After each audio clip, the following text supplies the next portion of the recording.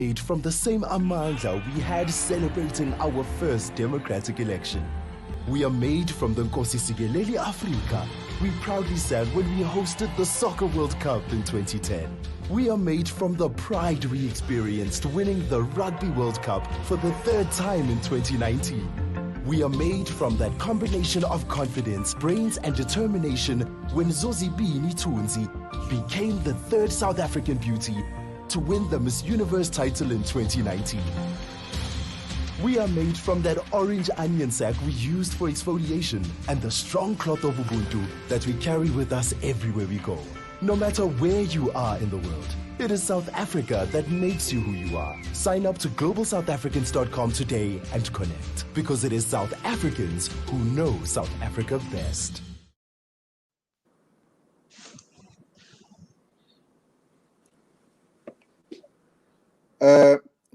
Thank you very much, ladies and gentlemen, and indeed it is a pleasure for us as Brand South Africa to be part of this August activation. My name is Lindiwe Mazibuko. I'm the country head for Brand South Africa in the US. We are gathered here today with one thing in common. That is our love for our beloved continent and our love for our beloved country of South Africa. South Africa and the United States are both at turning points in our histories. In the past, the people of both countries have learned and drawn strength and inspiration from each other. This moment is no different. Through engagements such as these, a platform is being created to examine the next steps together, to dismantle barriers to economic and human rights, gender justice in the US and in South Africa, as well as addressing issues of racial injustice and inequality. The citizens of this country, together with South Africans based here in the US, played a heartwarming and inspiring role in our struggle for freedom and democracy through organizing one of the most vibrant and effective anti-apartheid social movements. South Africa is always cognizant of this role and the evolving relationship. South Africans living in this country continue to be a part of our nation brand, not just because you are South Africans by birth, but because of the strong fraternal relations between both countries. South Africa is truly appreciative of the time that each of you take and continue to be a part of our engagement. Not to mention the time you have once again taken to be with us today. We are thrilled to be with you this evening in South Africa and this afternoon in the US. Without taking too much time, I would like to introduce you to Brand South Africa and the work that we do based here in New York, from whence this organization is mandated to position South Africa as a global competitive nation brand. Of interest is the Global South African Initiatives, where we've taken a deliberate decision to work with influential South Africans and friends of South Africa in particular, and Africa in general. This initiative seeks to mobilize the diaspora around investment, export, and tourism promotion, including designing programs meant for skills development and exchange programs. The little video that we have just watched is all about this initiative that I'm talking about. But then the reason why we are here today, for us, these engagements are aimed at highlighting the state of the nation brand while encouraging citizens to rally around efforts to strengthen the country's reputation and profile. Through this, it is anticipated that South Africans can become active citizens who are able to play their part in this national endeavor. Interventions such as Play Your Part campaigns that are run by my organization, Brand South Africa, they give expression to South Africa's commitment to human development as outlined in the National Development Plan, and positions South Africans in the diaspora as key role players to the country's drive for social and economic development. One of the key areas which is always overlooked but critical, and the US is the lead nation on this, is branding and marketing.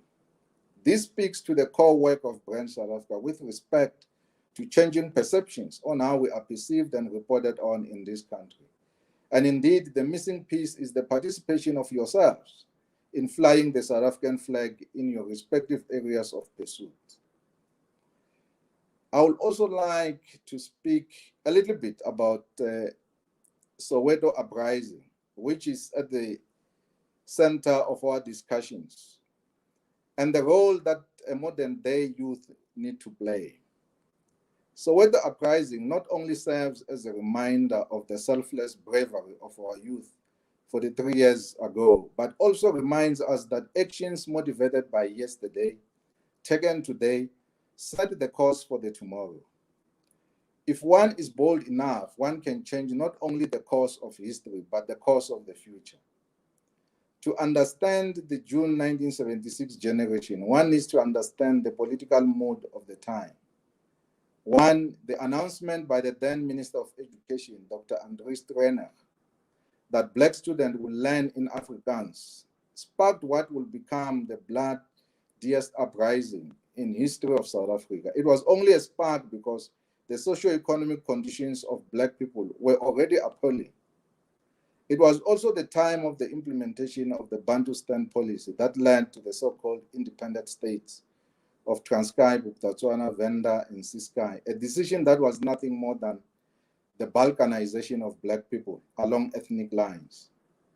And with with that came the consolidation of Bantu education, which was far inferior to the education of white people.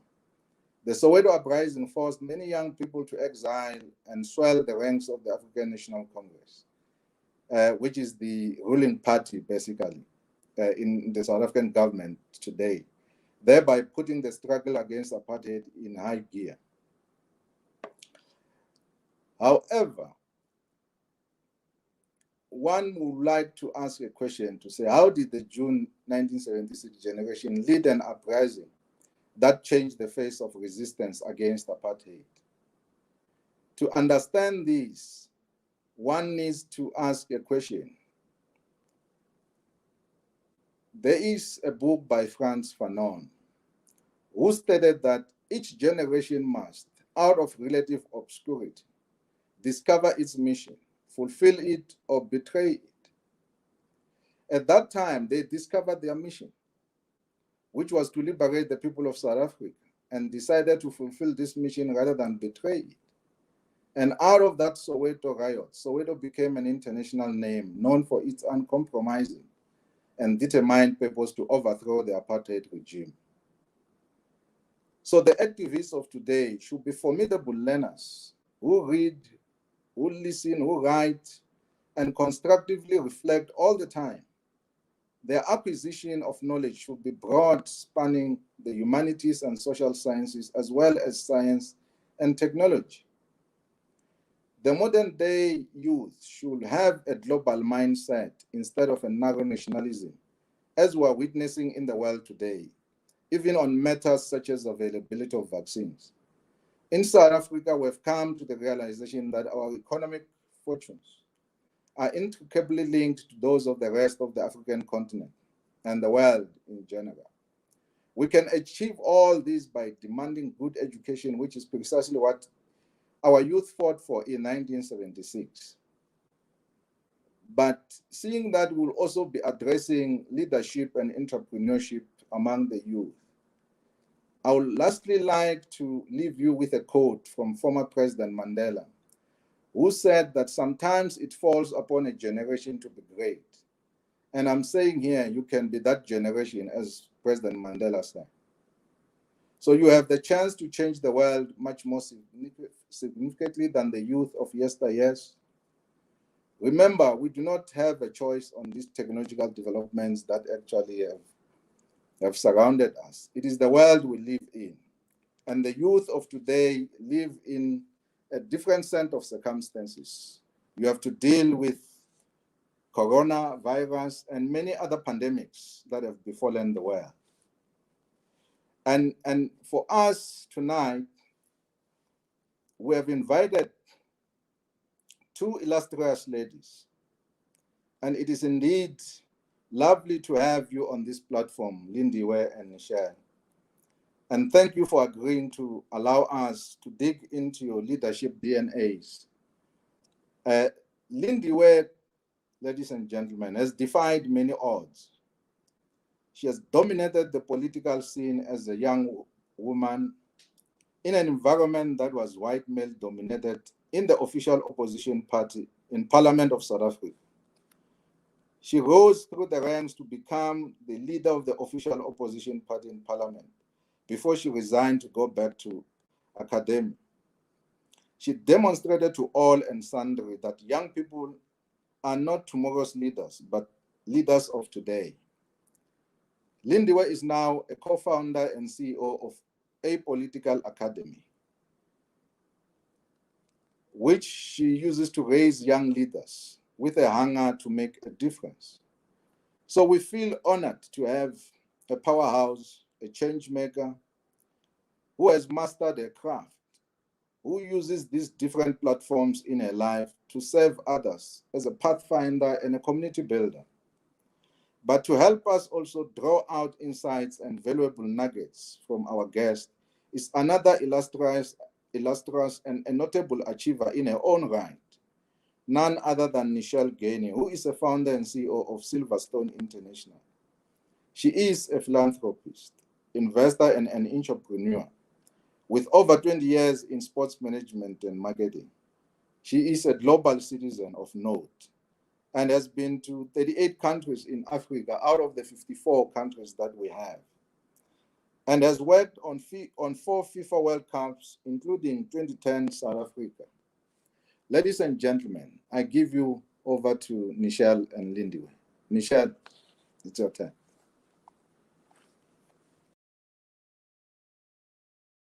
So excited to be here and so excited to have an opportunity for the world to share in my joy of an amazing, phenomenal woman, Lindiwe Mazibuko.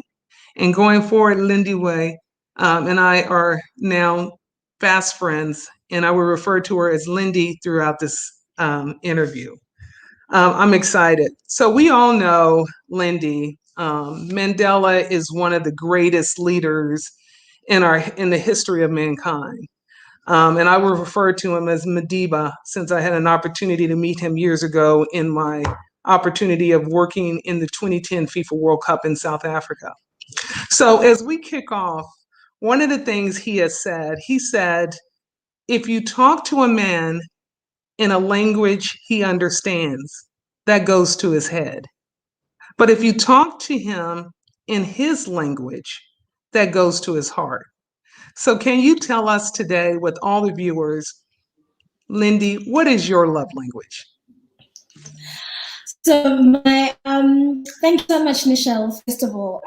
Thank you to Brian South Africa for inviting me to join this discussion. It's a real honor.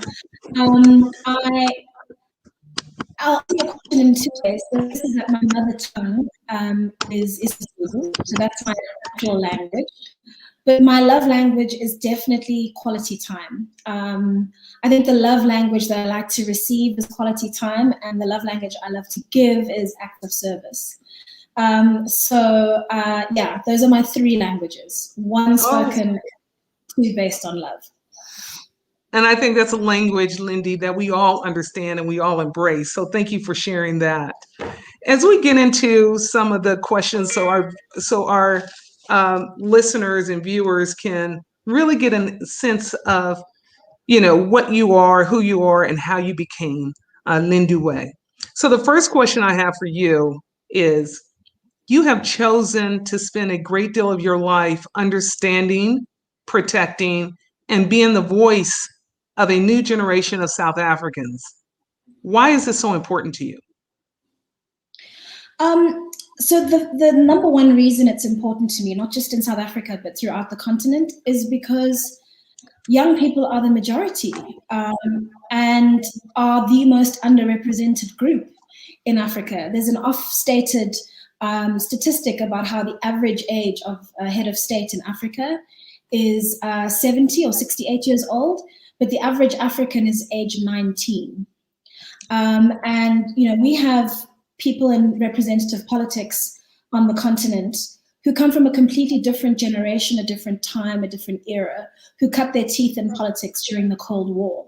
Many are generous, wise, elder statesmen, women, but many are also deeply and profoundly corrupt gatekeepers who have destroyed their countries and have failed to provide opportunity, prosperity, and economic growth for the young people who populate the continent.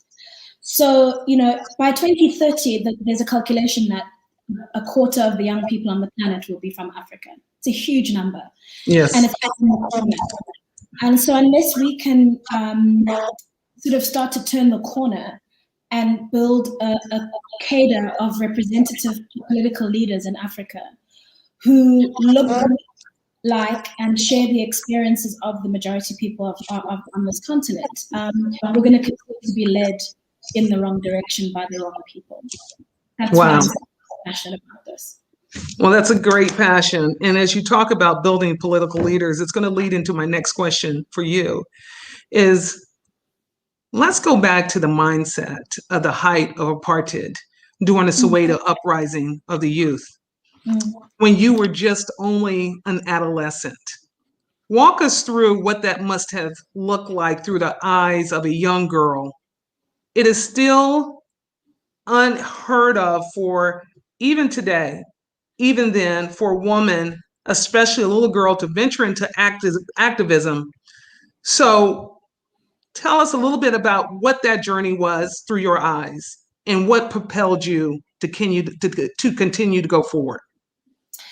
So I'll start with the Soweto uprising. I hadn't even been born in 1976. I was born in 1980.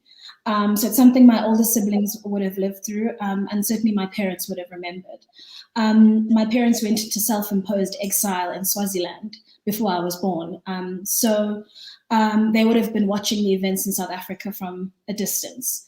But from personal sort of experience of being a young political leader, I can imagine that the youth of 1976 felt the same agitation that young people feel today, but their fight was against an unjust system.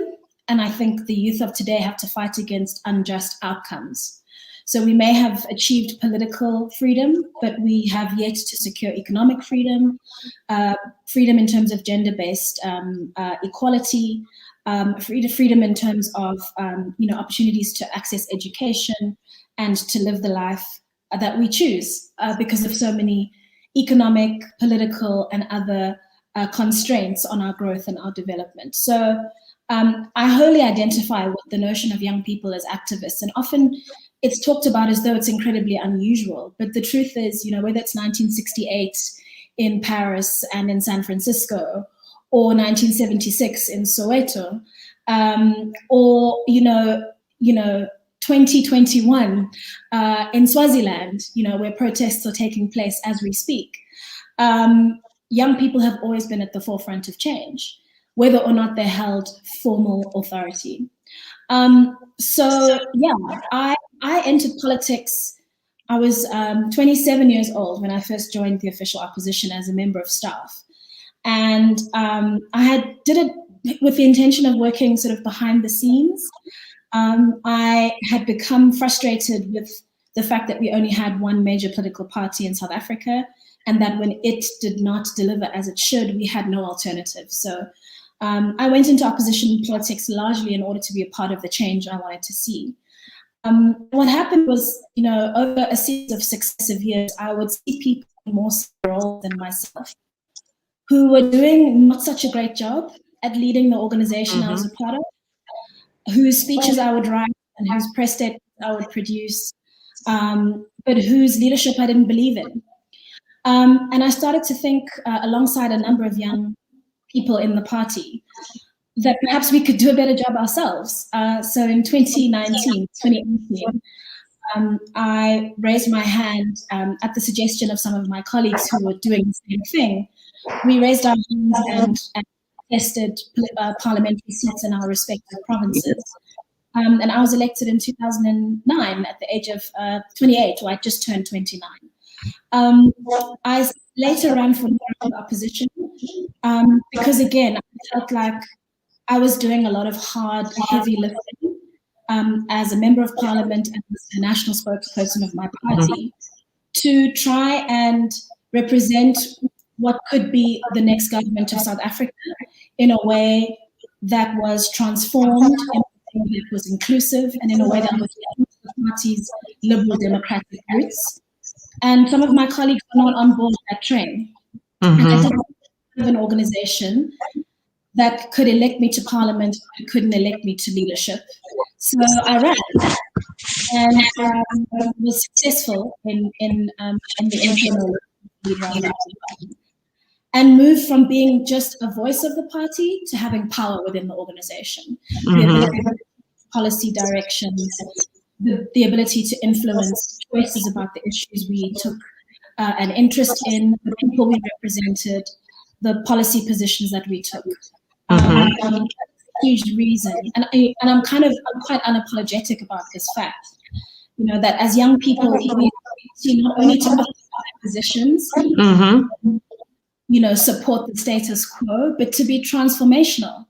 Because why else would you go into politics? All right, are you going in just to be a seat warmer who keeps things going as they always have, or are you going in because you are fundamentally agitated by the state of politics in your country and you want to transform it? So yeah, that's what informed all of my decisions in terms of running for office, getting into politics. Like a lot of politicians, it was fairly accidental. I didn't intend it, but necessity became the mother of invention. Yes, I see that. So what an interesting journey, right? Exile. You're still a child within the movement. If you look at that, if you look at, you know, from the 80s all the way up until the time Madiba was freed, you know, what were those conversations like, you know, in exile? And what was about those conversations that gave you the sense of hope that, you know, with moving forward as a youth leader and being inspired by that? Tell us what that looked like in your eyes as a young girl. So look, I was very fortunate that I was born in and spent the first 6 years of my life in a country in which I wasn't constantly reminded that being Black was an inferior status in my country, right? Swaziland was a largely racially equal society, if not economically equal. And so it never occurred to me that there would be barriers to my ability to do anything I wanted. I really only became aware of the extent of racism, of racist legislation, and of the impact of racial inequality on South Africa when I moved here with my family. And as I grew older, I was fortunate enough to be educated in a private school system. You know, there was mention of Bantu education earlier in this session. Bantu education was a tool designed to ensure that we as Black people would be nothing more than what Hendrik Verwoerd called hewers of wood and drawers of water, essentially cutting off maths and science literacy from Black South Africans to ensure they could never be productive members of the formal economy. And so for my parents, the really only option they had when we moved to South Africa was to raise the money to be able to send us into private education. So, you know, we lived the inequality of South Africa from day one. We lived in Umlazi Township outside of Durban in KwaZulu-Natal. We traveled daily to a Jewish school in the suburbs of Durban called Carmel College. Every June 16, when there were activists protesting and barricading Umlazi, we had to go to school by climbing into the boot of my mother's car and having to smuggle us out into class. We lived in two worlds from the moment we drove over the border into South Africa.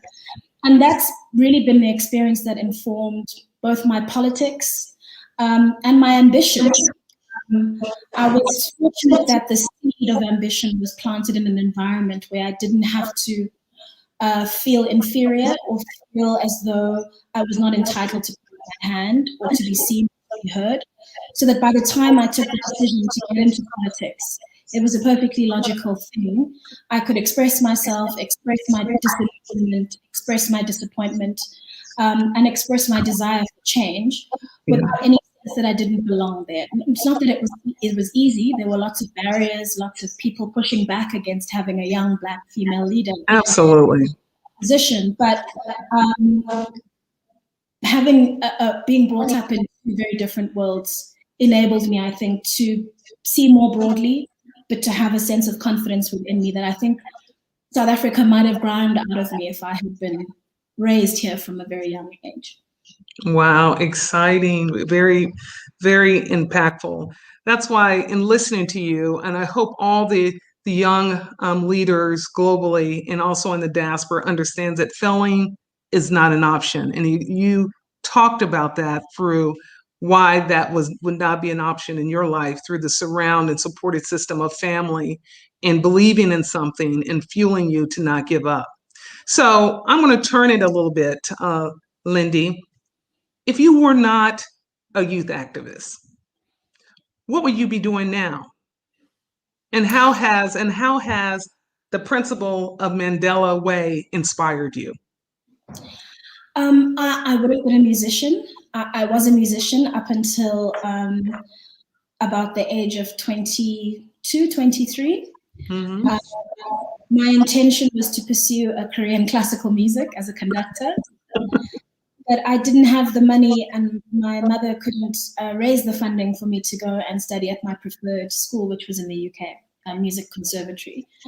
And so I returned to South Africa, enrolled for university there, and had to figure out a new path.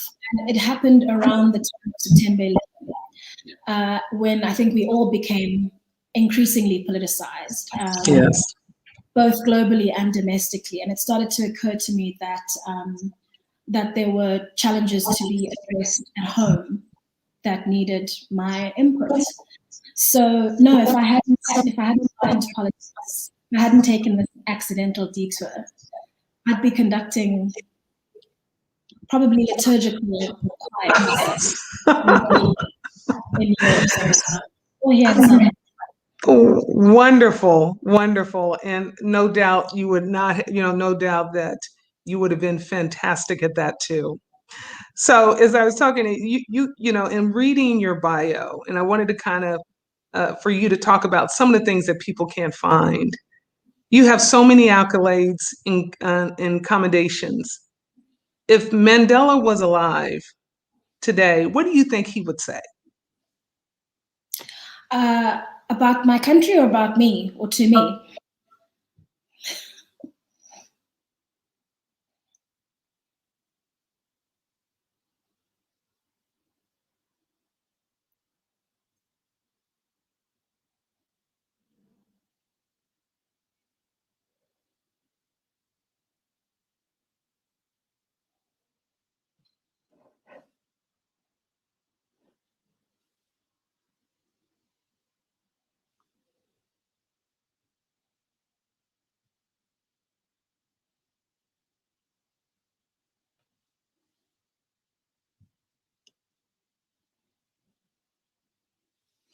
I think I've lost Nicole. I'm sorry, Nichelle.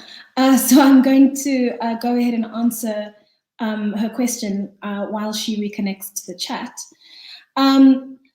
Wow, I mean, I think President Mandela would despair about the state of South Africa's young people who are economically deprived and deprived in terms of access to education in such profound ways. There's some really horrifying statistics about youth unemployment in South Africa, but I think the most harrowing is that over 70% of South Africa's unemployed people are young, under the age of 35.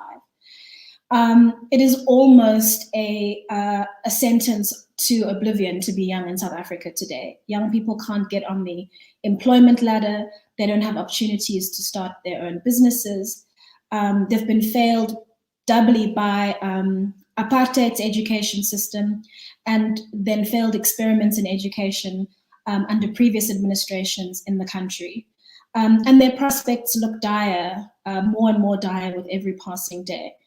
I also think President Mandela would despair for and continue his work fighting for children in South Africa, because children are the future youth of this country, and youth are the future and present leadership of this country. So, I think that would be an area that would distress him immensely.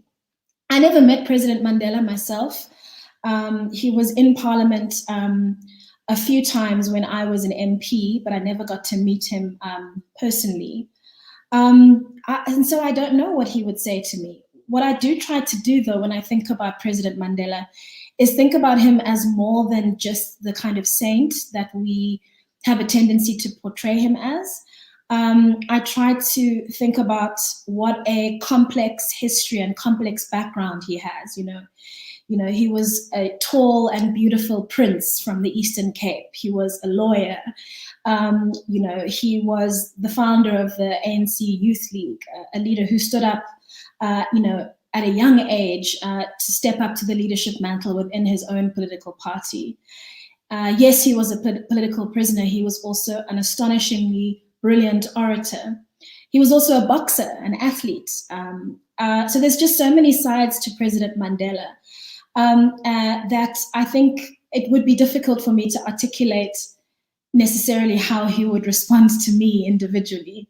But I certainly think we can glean from his legacy in office a real sense of compassion for young people and a deep care and concern for children in particular.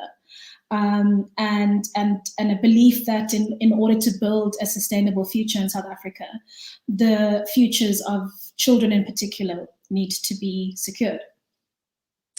Oh, that is great. I'm sorry about the technical difficulties, but no problem. We're all back. It often makes me think, Lindiwe, my mother is a student at Spelman who marched with Martin Luther King, and the message of hope that was given. And it's also a message of hope that Madiba has also inspired, a self-proclaimed village man who dared to dream of a better tomorrow, and by all means necessary, and was very selfless in his effort.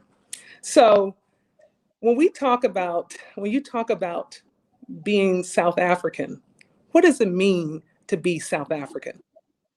Because he was a proud South African. So what does that? I think President Mandela is part of a long legacy throughout the struggle for liberation of leaders who we run a really big risk of deifying or pretending are saints, when actually what they were was revolutionaries, right? Yes. They were fighters. They were people who bucked against the status quo, who would not accept the status quo, and who put themselves on the line in order to see it transformed. And so that's what it means for me to be a South African. I feel like I'm part of that legacy, that revolutionary legacy of women who marched on the union buildings, to march against passport laws, the spirit of the of the Soweto uprising as well, for example. I think that's a legacy that belongs to all of us, and it belongs to South Africans of all races, all ethnicities, all religious groups, because of course there were many, church and Jewish and Muslim, black and white and Indian and mixed race South Africans who were fighting for liberation in this country. So I think it's a legacy that we can all own. Unfortunately, we also have to own the legacy of dispossession, the legacy of being degraded over generations, of having land, property, and other assets stolen from our ancestors, one race group against the other. And I think that, again, there's a danger of leaning into being the rainbow nation and forgetting that we're also a nation forged in fire.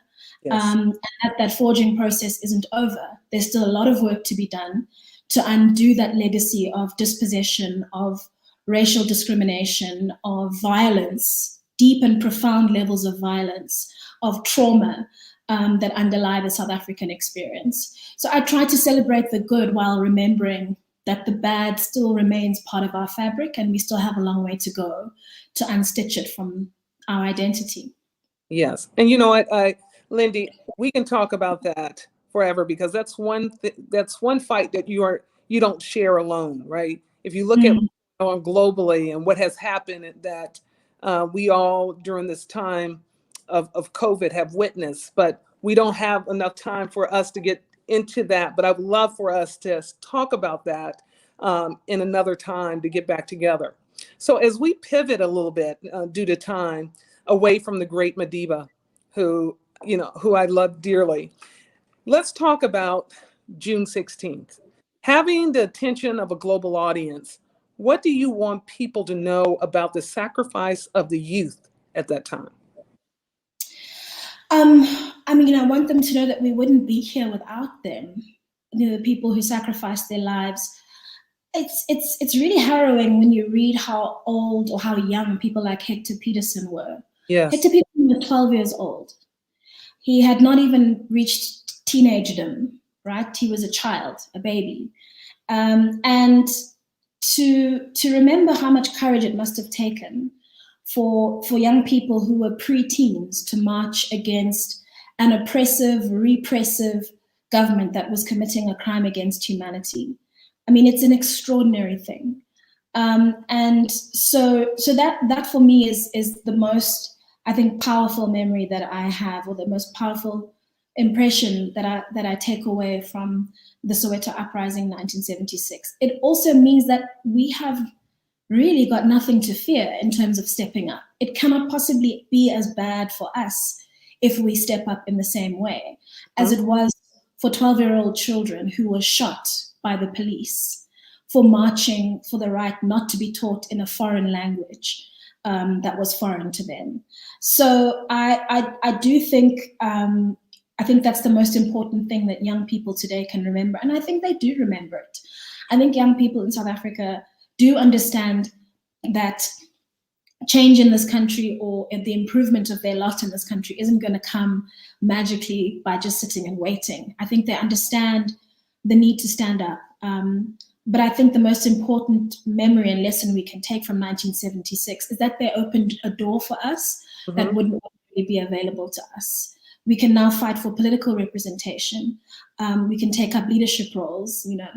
We can agitate for change in powerful places where they could not. And so we have many more opportunities to change this country than they did, and we should embrace them.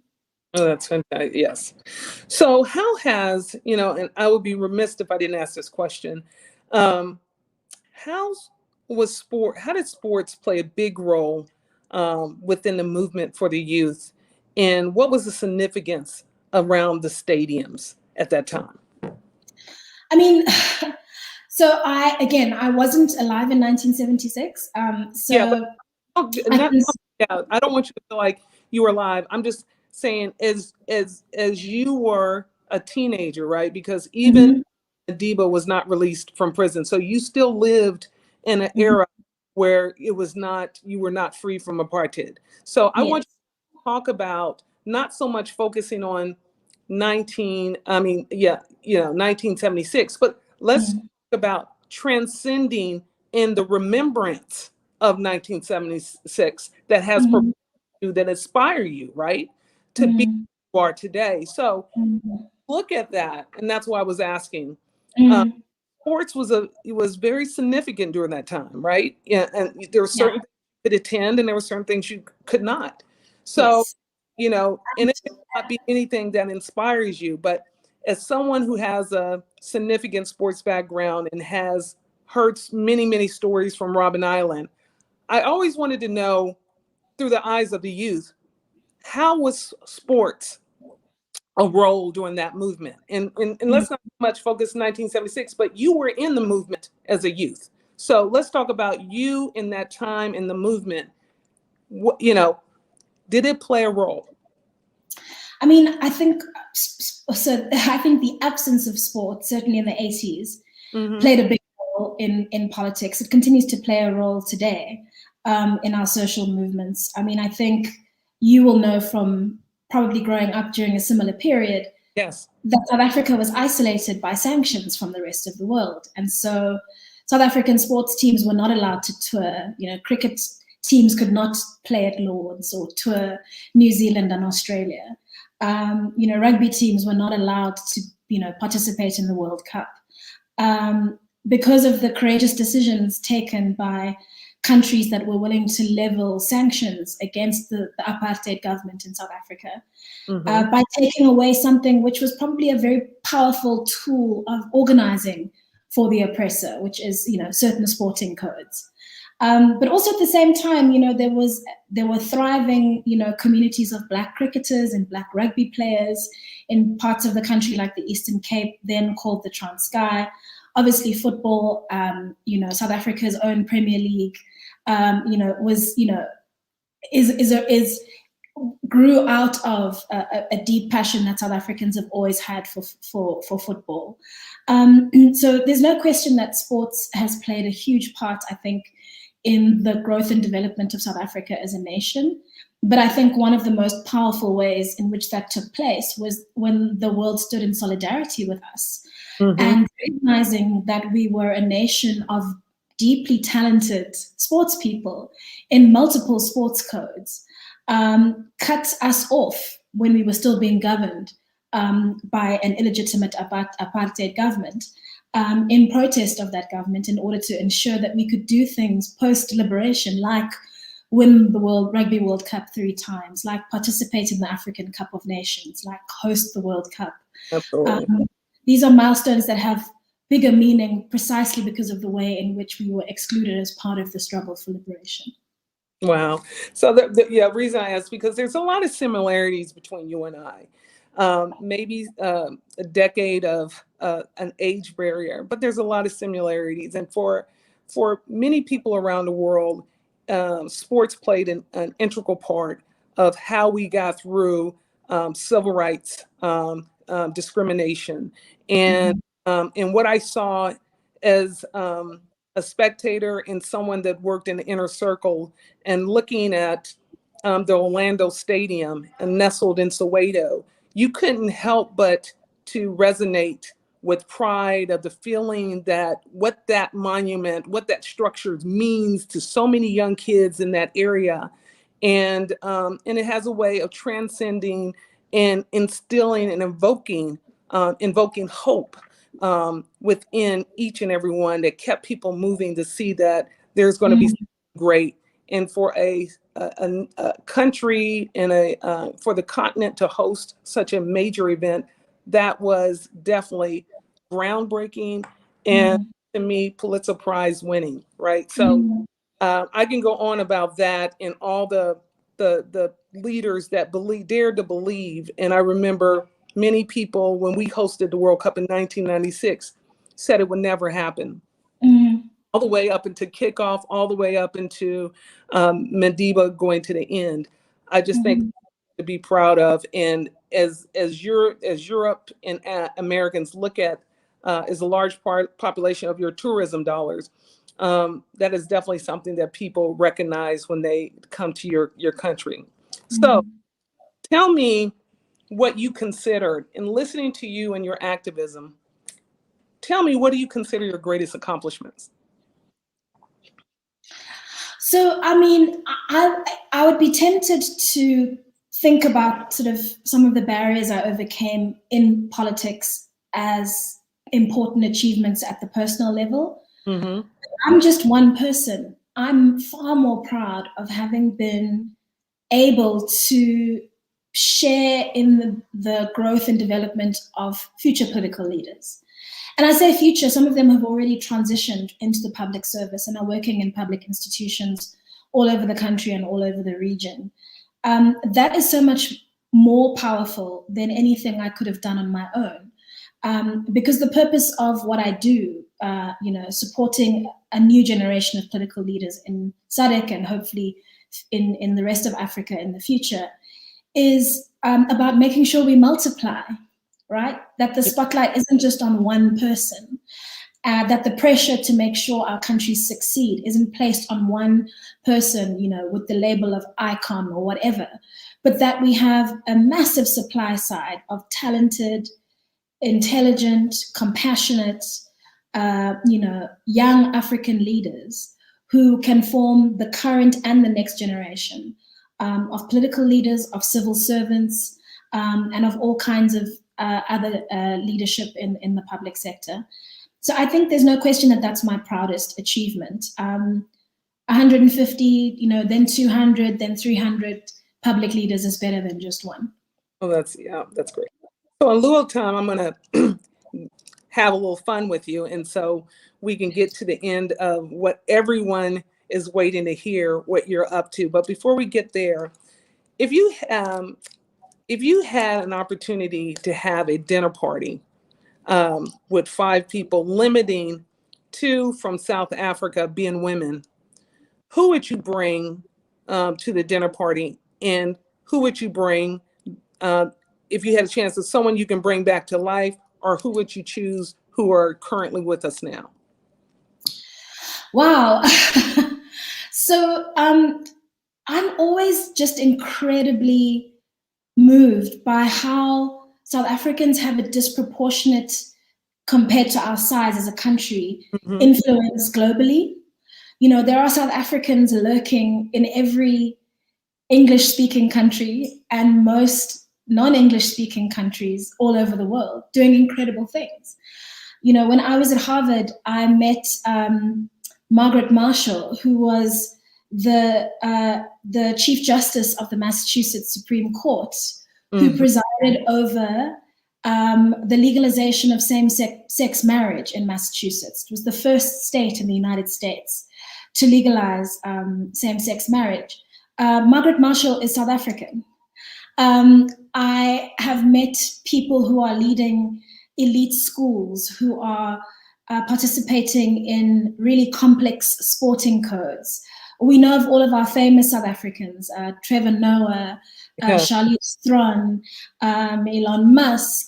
I mean, there's just an absolute plethora of South Africans out there who are doing the most incredible work. And I think for me, at first, it wouldn't be a dinner party of 5. It would be a much bigger party. It would be more of a groove, possibly a conference, to which I would invite every single South African who is changing lives and innovating in difficult ways and in difficult places, and showing what a talented group of individuals come from this country and what kind of impact they can have globally. That's what I would do. I would invite all the South Africans who travel to foreign countries, put down roots, and then transform those countries, because they are such extraordinary people. And I'd ask them to carve out a part of every year to come home and do themselves the work of multiplying themselves, of supporting a new generation of innovators, of creatives, of people who can equally have an impact in South Africa and abroad. I think that's what I'd love to do. Oh, that's fantastic, Lindiwe. I know I want to be a part of that groove, so I hope you have a seat at the table for me too.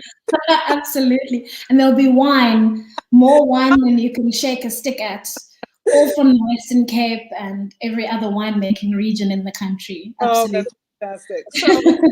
So in that groove, and this is my last question before I get into what you're up to now. Do you think youth activism and gender inequality is more supported now than when 10 years ago? So I think there was a time maybe 10 years ago when young people were encouraged to wait their turn, or to wait for permission to step up. And I think, South Africa has a political party called the Economic Freedom Fighters, whose entire leadership and almost their entire membership is made up of young people. Young people are becoming self-starters in ways that perhaps they didn't have the space to 10 years ago. So I think definitely there's an increasing acknowledgement of the fact that young people don't need anyone's permission to be part of the political space, and that in the event that they are denied that space, they have both the right and the capacity to create it for themselves, to bring their own chairs to the table. I also think, I mean, again, one of the biggest challenges we face in South Africa is, we are, partially as a legacy of apartheid, but for a variety of other social reasons as well, the deficit of self-esteem that permeates the men in our country. We are a country with an incredibly high level of gender-based violence that is committed against women, and it's something that we are starting to acknowledge in a far more painful and a sort of sharper way than we have in the past. I think in the past we've tried as best we can to say, no, there's gender-based violence is something that exists all over the world.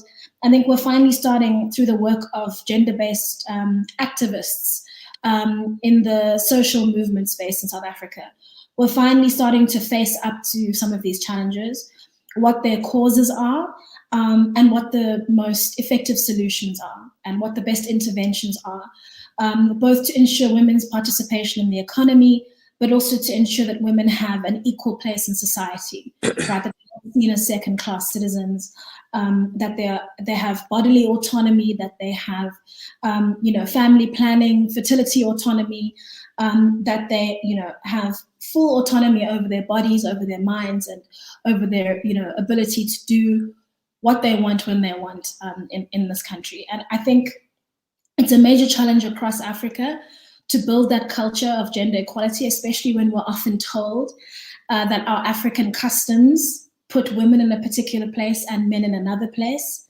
And we learn that a lot of these narratives are presided over by men, and they can easily be changed.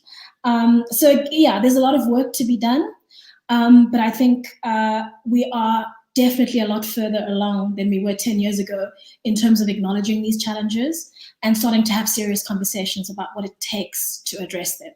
Yeah, brilliantly said. And absolutely, we support you in those efforts.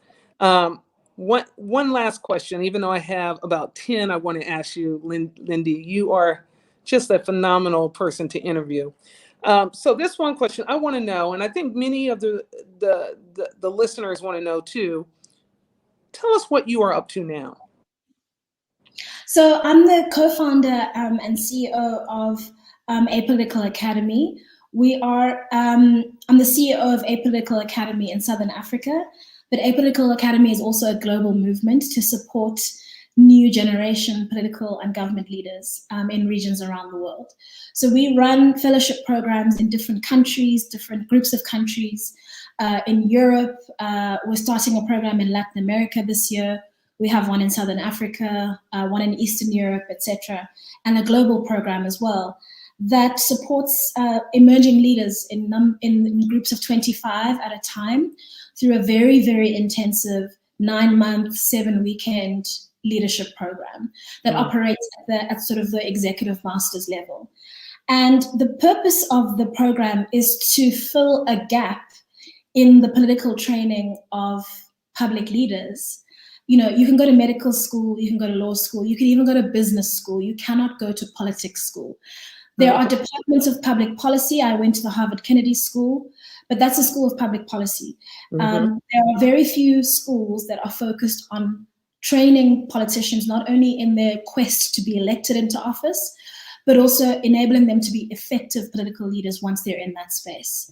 And I think given how much government costs us every year, how many resources our taxes are how many projects our taxes are poured into on an annual basis, the budgets that governments wield, it's a massive, massive gap that we have not, crystallized an idea of what political training can and should look like. So our program is nonpartisan. We welcome people from all political backgrounds or no political background, and we do internal personal work, skills building work, and political systems work to help prepare them for the rigors of life in the public service. Wow, great. So my last thing is, I have a question from you from a young lady who is definitely the next generation of young leaders that inspires hope. I am a 5th-generation HBCU. I was fortunate enough to attend university with her father. The young Jordan Hudson. And she has a question because she's going to be an upcoming freshman at Spelman College, which we both talked about, and my mom also attended Spelman. So she has a question. As a young visionary filmmaker in the making, she actually started her own nonprofit called Shape of the Culture. And she's going to get. I hope she's listening. She'll text me at the Shape of Culture, which is a phenomenal platform that she launched during during the social unrest. So her question to you is, what are some similarities between youth in South Africa and America and Americans today? I'm going to do 2 questions. So that's one part. Second part of her question is, how can youth globally come together to promote equity and solidarity? Yeah, it's a great question. I think the biggest thing that young people in South Africa and the United States have in common is their activism. They are both loud and proud and unabashed in their demands to be heard and to have their ideas, their policy proposals, their transformative thoughts about justice, about the economy, about the environment, climate change heard. Not all of them go into politics or the public service, but they are definitely all leading from where they are. And that's one of the reasons I'm so passionate about what I do, is that I believe we have a duty to transform that activism into power, into real power, political power, economic power, so that they can put a lot of these ideas that they have about how the world should be and how the world can be to work.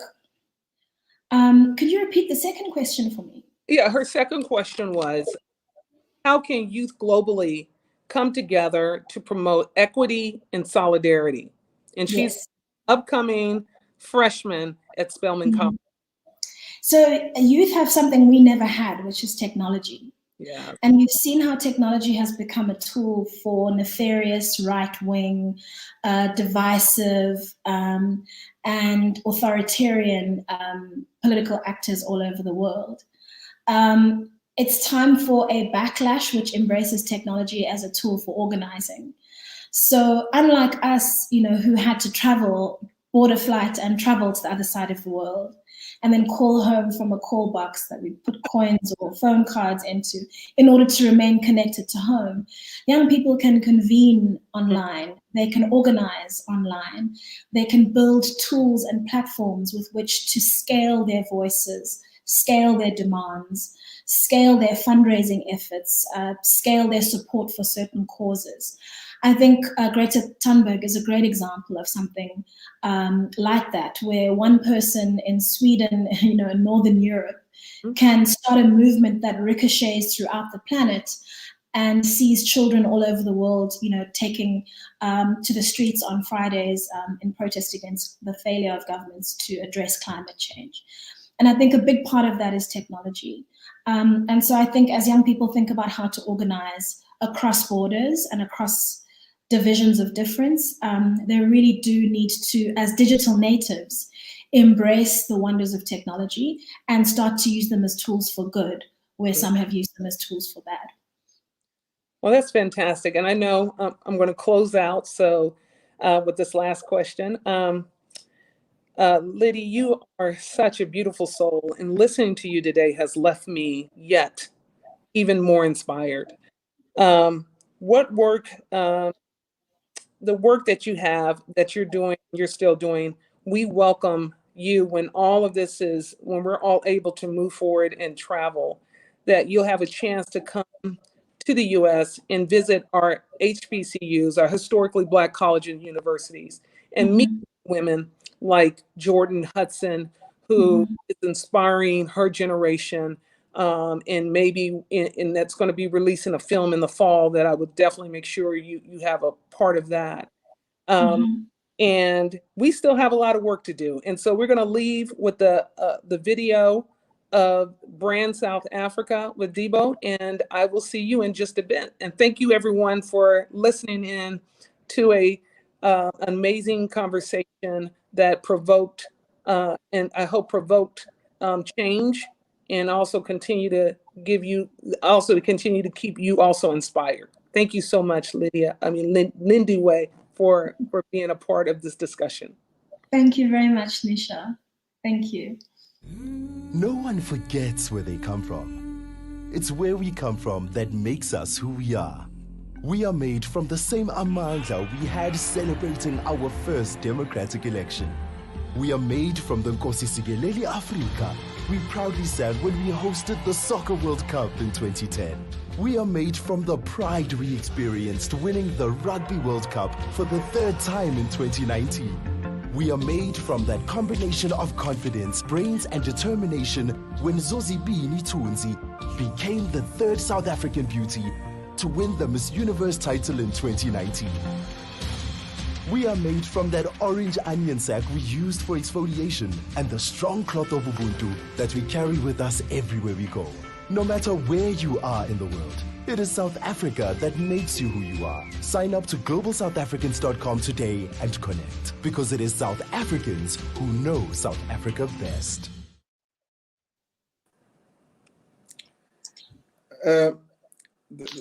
Thank you very much, Nichelle. Thank you very much, Lindiwe. I know virtual dialogues are becoming very common these days. To a point where they are losing their relevance. But this afternoon or this evening in South Africa, I'm really very inspired and excited. You made it look so simple. The delivery in nature, was seamless. One was tempted to even think that you guys are longtime friends. You didn't just get to meet each other because you were preparing for this activation, but you really indeed gelled. And indeed, it was a wonderful evening, wonderful afternoon for all of us. Very inspiring and very, pertinent issues, points that were raised. That I think the clarion call is all loud and clear to all of us. I also would like to, at this point, to also congratulate, the Society for Africans in the Diaspora. Said Institute, Debo, and his team as well, for the delivery of this milestone. As we pointed out at the beginning, for us, as South Africa, our vision is to be that nation that our people and the world will draw inspiration from. That is inspiration to find new path, inspiration for new possibilities, inspiration for new experiences, new ideas, and also the will to make it happen. And I'm very happy today that actually the two of you were just the embodiment of all of that. And indeed, we're very excited. I know that at this point in our democracy, for instance, there's still more work to be done. And Lindiwe was very sharp on those issues. We know that we have yet to fully unlock the leadership potential of all groups of people, basically. Not only in South Africa, but all across the world. And I'm very excited that part of the work that we do as Brand South Africa is that we give meaning and legs to these assertions. So we walk the talk. We don't just talk. As it were. So thank you very much for the wonderful presentations. And when we call upon the two of you again in future, please be ready to answer the call. And also help others, as it were. Don't just work with Brand South Africa and say it alone. And thank you very much. I think we are done. Well, I just want to thank you, Balui, for connecting me to such a beautiful mind. And I left inspired. I'm leaving inspired. And she made being a moderator such a joyful experience.